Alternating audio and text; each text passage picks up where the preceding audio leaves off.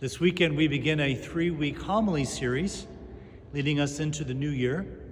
It's called Be the Light of Christ, Reconcile Your Relationships. Bring Jesus into your relationships. We know at Christmas time we've been gathering with our family members and some friends, different celebrations. They'll continue into the new year. But we know that some of those relationships in our families are strained. There's some hurts we experience, maybe some members that we're not comfortable being with. Maybe some have stayed away and not come, and there's a division that we experience. So today we want to discuss how do we reconcile relationships in our families with our spouse or brother and sister, or our parents, or with a brother-in-law or a mother-in-law. I remember during COVID, during the 3-month shutdown when we were confined to our homes, my brothers and sisters and I began a weekly Zoom meeting. There's 6 of us, and we hadn't done this before, all touching base once a week. It was a special time. But I remember by the 2nd or 3rd week, we began to have arguments about how will we respond to COVID. Some were masking, some weren't masking. Some were mingling with neighbors down the street, some were isolating. Some were watching the news, some didn't trust the news. We realized at a certain point, we just couldn't talk about COVID. Each family had to make their own decision how they were going to respond. Here was a disease, and it was separating us, creating arguments. So we agreed not to say the C word. Someone said family reconciliation is not a nice thing to do, it's a participation in God's rescue plan. God wants to rescue us from sin, from division, from hurt. That's why Jesus came and was born in Bethlehem. When he grew up, he taught us and he gave us sacraments, but especially to bless our families. Society is simply a collection of families. If families are healthy, society is healthy. If not, it's not. And every family needs someone to be the reconciler. And maybe that's our takeaway from this homily today. Be the reconciler, be the peacemaker. We look to the scripture readings for guidance today. Our first reading was from the book of Sirach in the Old Testament. It says, God sets a father in honor over his children, and a mother's authority he confirms over her sons. Talks about the authority of parents, mother and father, over their children and their responsibility to form them. It continues, whoever honors his father atones for sins, and whoever reveres his mother stores up riches for themselves. So the relationship between children and their parents, the importance to respect and obey them and to serve them, care for them. Family is so important to God that he made it 2 of the 10 commandments. The 4th commandment, honor your father and mother, and the 6th commandment, you shall not commit adultery. The first relates to the relationship between parents and children. The second, relationship between spouses. This is very serious. Family life is essential to the health of society. You might think of the family as the original classroom for forgiveness. It's where we learn how to interact with other people. In marriage, the husband and wife learn to interact. The child learns to interact with mom and dad. They're the first people they experience. And then if they're blessed with a brother or sister, how to interact with them. And they learn quickly that part of interacting is forgiving and sharing. In our second reading today from St. Paul's letter to the Colossians, Paul says, put on heartfelt compassion, kindness, humility, gentleness, and patience. Bear with one another and forgive one another. If you have a grievance against another, forgive as the Lord forgives you. Paul seems to indicate there's struggle here in the family. You need to have patience. You need to persevere. You need to bear with one another. You need to forgive one another. You need to practice kindness and compassion, be considerate of each other. There's struggle. In the Gospel of Matthew today, we hear about Mary and Joseph with the child Jesus. Today, we're celebrating this week his birth in Bethlehem.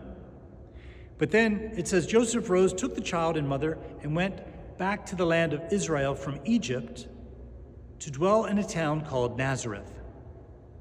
So after Bethlehem, they fled to Egypt, but then the angel called them back to Israel, and they settled in Nazareth. And so we call him Jesus of Nazareth. And he grew up in a family there. Together they lived for 30 years. And they give us a model of married life and family life. So how do we live this out in our lives with our families? As we said, every family needs a reconciler. Be that person. Whether you have a hardship with someone else in the family or two others have a hardship and you try to be the mediator. Serving in parishes, we get to know the stories of some of our families, and there's a lot of struggle. We know some of our marriages are breaking up. Some of you have experienced breakups in your own families, and you know that hurt. I know children who don't talk to their parents or let their parents see the grandchildren. I know brothers and sisters who've been cut off from each other and haven't talked in years and block each other's phone numbers. And these aren't terrible people. These are our parishioners. These are people who are trying to live the Christian life. If it's hard for us, what about those outside of the church? Why is it so difficult? The devil gets in. He tries to separate us. We need to realize we're all affected by original sin. We're all tempted to be selfish at different times and to different degrees. Our life project is overcoming that selfishness and growing generous. Expect arguments and disagreements and hurt feelings. It's going to happen. Keep working to reconcile them. Don't be surprised by them. What are some things that divide us in our families? There's so many different things that could. Sometimes someone loses their temper and says something mean.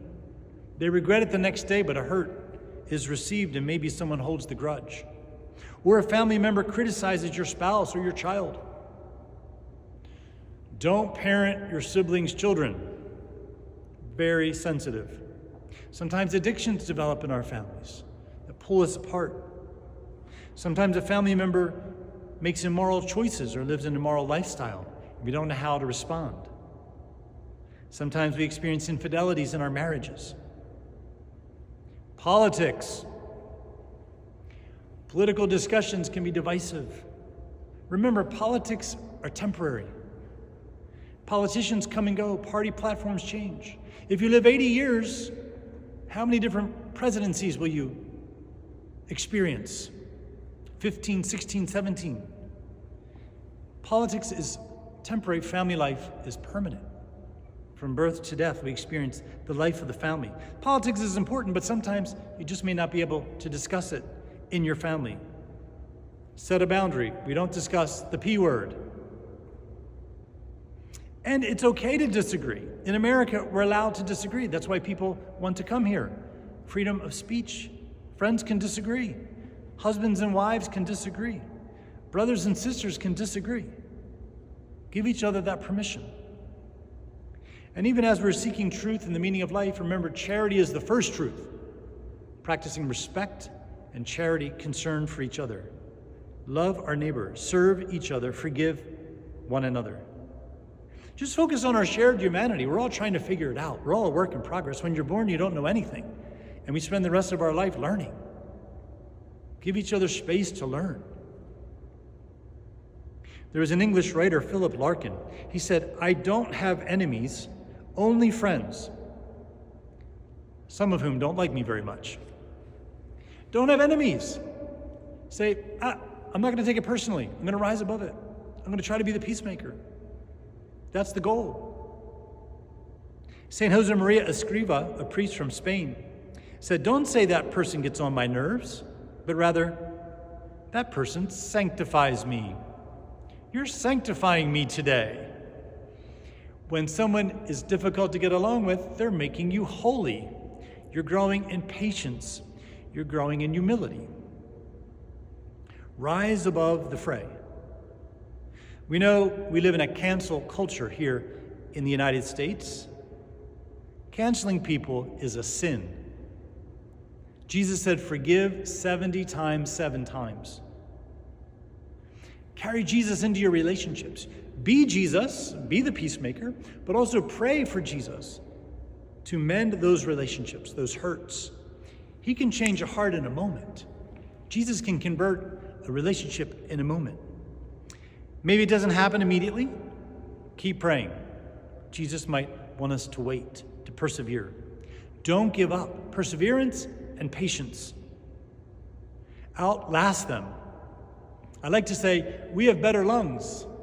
They'll get tired before we do. We're going to keep trying to reconcile. Wear them down with kindness. She's so annoying. She's kind all the time. Keep doing it. Take the long view. Maybe it'll take a few days. Maybe it'll take a few months. Maybe it'll take a few years. Before you die, you wanted to be reconciled before death. I've seen some beautiful deathbed reconciliations. And of course, a central part of reconciling is saying, I'm sorry. There's 3 different ways or levels of saying I'm sorry. First, I'm sorry. I admit what I did hurt you. Be humble to say I'm sorry. Secondly, will you forgive me? When I say I'm sorry, the ball's in my court. I'm taking the initiative. When I say, will you forgive me now, the ball's in their court, and I have to wait for an answer. And they might have some conditions to that forgiveness. So the third part is, what can I do to make it right? How can I regain the trust? Or what can we do to avoid that confrontation in the future? I'm sorry, will you forgive me? What can I do? Now, forgiveness is not staying in an abusive situation. Sometimes we have to separate to protect ourselves from physical harm or emotional harm. Forgiveness does not mean we don't have boundaries to protect our heart as we move forward. I forgive you, but we need to create trust that it's not going to happen again. And forgiveness does not mean simply remaining silent. Keep the peace at any cost. Don't acknowledge the injustice. No, speak up, but do it in a respectful way. So as we prepare to enter this new year, 2026, this week, do something concrete this week or in the upcoming weeks. Make a phone call to reach out to someone or offer an apology. I shouldn't have done that or said that. I should have been more considerate. Or create a boundary. Whenever we get together and talk about that, we get in a fight. Let's not talk about that. Avoid the C word or avoid the P word. Do an act of service. Let them know you do care about them, even though you had a disagreement. Do something kind and unexpected. Sometimes, if there's an argument between 2 people, they need a mediator. Someone that can just help them talk it out loud, work it out. Sometimes, if there's a grudge in the family, a disagreement, you have your narrative, they have their narrative. Say, you know what, I might be missing your side. Help me to understand your perspective. How did you receive it? How did you hear it? It might surprise you. Or if you feel hurt, confront the person, but say, when you said this, I felt like this. And they might say, oh my gosh, it's not what I meant. I'm sorry. Take a step. Finally, I want to say something more particularly about marriage, relationships. Marriage is good. Marriage is beautiful. Marriage is hard. If one of the spouses feels there's a problem and wants to get help, you have to get help. If one wants to get it and one refuses, that's not fair. That's unjust. On the wedding day, you promised to do whatever was necessary to persevere, and the one person thinks it's struggling. So many times in parishes this happens. A husband comes and wants to address the situation and the wife's not willing, or the wife comes and the husband's not willing. It's so unfair. Respect the wishes of the spouse. Work on the marriage. This isn't unusual. Marriages struggle. We're all trying to be generous. We're all tempted to be selfish. We have to, in a sense, normalize the conflict. Don't be surprised by it. All marriages need help and need work. Maybe you go to a brother or sister to mediate, or to the priest, or to a counselor. We have 2 marriage counselors in our parish who want to help our married couples. It's their career. They're sitting in their office waiting for you to call. There are marriage retreats, Catholic retreats for couples who are struggling. They're called retrouvailles, which is a French word for repair. Repair the marriage. I was just Googling it this week. There's one coming up 3 weeks from now, January 16th, in Marriottsville, Maryland, 20 minutes from here. The one after that is in Las Vegas, Nevada. There's one 20 minutes from here, 3 weeks from now. If that is you, go. These generous Catholics set up a retreat, they reserve a place, they pay the money, and then they hope people will come. They've done all the work. You just have to go. Be humble.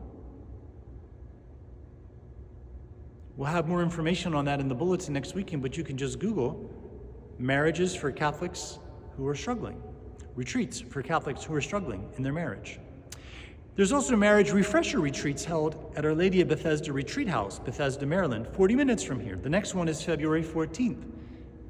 They run it almost one a month, just for any married couples to refresh and strengthen your marriage. Work on it. And so, my brothers and sisters, as we continue our Christmas celebration as we enter the new year 2026, be the light of Christ. Reconcile your relationships. Be the peacemaker, the reconciler. Every family needs one. Bring Jesus into your family. Be Jesus for your family. And pray to Jesus for your family. And don't give up. Take the long view. Persevere. And remember, nothing can separate us if Christ was with us. Not even COVID. Next weekend, we will discuss how to reconcile relationships with your friends. Friends from school, friends from work, friends in the neighborhood. We will work on those relationships as well.